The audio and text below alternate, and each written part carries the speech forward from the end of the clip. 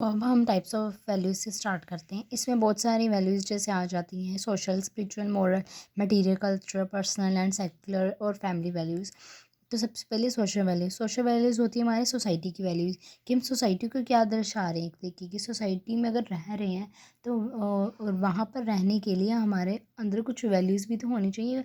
हमारा बिहेवियर कैसा है टूवर्ड्स आवर एल्डर्स, जो हमारे सोसाइटी के अंदर में एल्डर्स रह रहे हैं। ऐसे एल्डर्स भी क्या नहीं कह सकते, हमारे जो पेरेंट्स हैं, पहली बात तो उनको लेकर हमारी क्या वैल्यूज़ हैं, बिहेवियर हमारा कैसा है।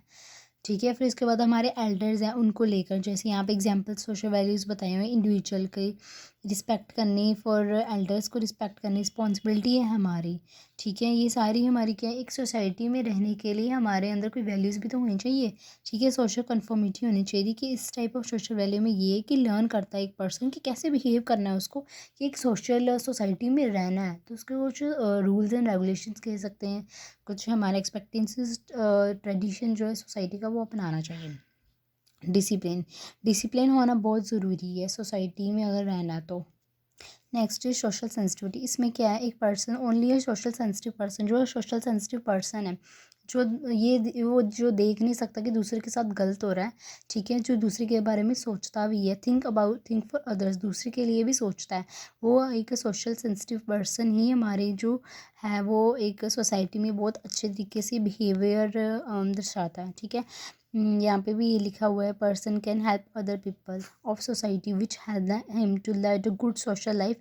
अगर जीनी है तो नेक्स्ट है हमारा अल्टरिज्म। इसमें यही होता है, मीन्स दैट इंडिविजुअल्स जो सेक्रीफाइस करता है अपने इंटरेस्ट को दूसरे के बेनिफिट के लिए। ठीक है, वेलफेयर ऑफ अदर, सोसाइटी के वेलफेयर के लिए। Toleration, one should able to tolerate the thoughts of other, एक को ज़रूर सुनना चाहिए, टॉलरेट करना चाहिए कि हाँ सामने वाले पर्सन भी कुछ बोल रहा है तो उसको पहले ध्यान से सुनो, उसकी भी बात सुननी चाहिए, एडजस्टमेंट करनी चाहिए उसको सोसाइटी में अगर रहना तो।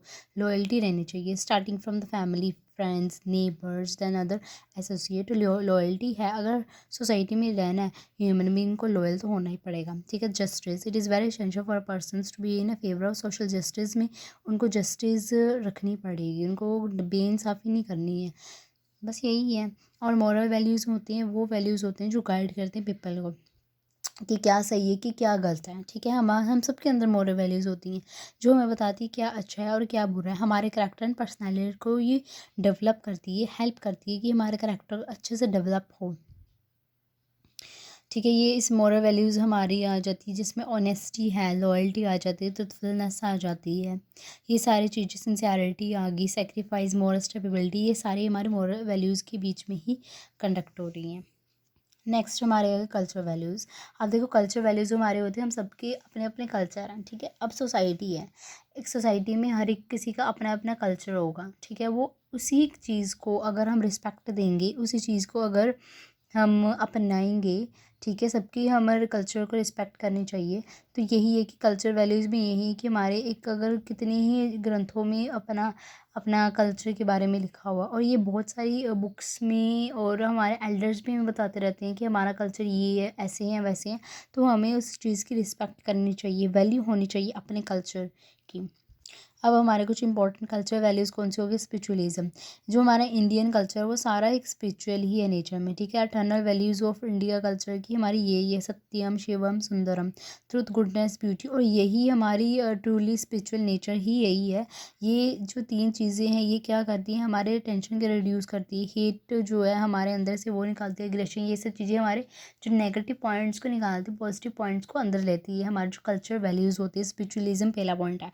सिंपलिसिटी, कि one another important culture value की सिंपलिसिटी होनी चाहिए। हर एक जो इंडियन है उसको बिलीव करना चाहिए कि सिंपल रहो और हाई थिंकिंग, सोच को अच्छी रखो। अगर आप सिंपल भी रह रहे हो, इट डजेंट मैटर कि आपके पास लग्जरी लाइफ्स होनी ज़्यादा ज़रूरी है, आपके पास मटेरियलिस्टिक थिंग्स ज़्यादा ज़रूरी है, नहीं, आप सिंपल रह के स्पिरिचुअल ज़्यादा एज अ स्पिरिचुअल वैल्यू अपने अंदर लेकर आओ, कल्चरल वैल्यूज़ अपने अंदर लेकर आओ।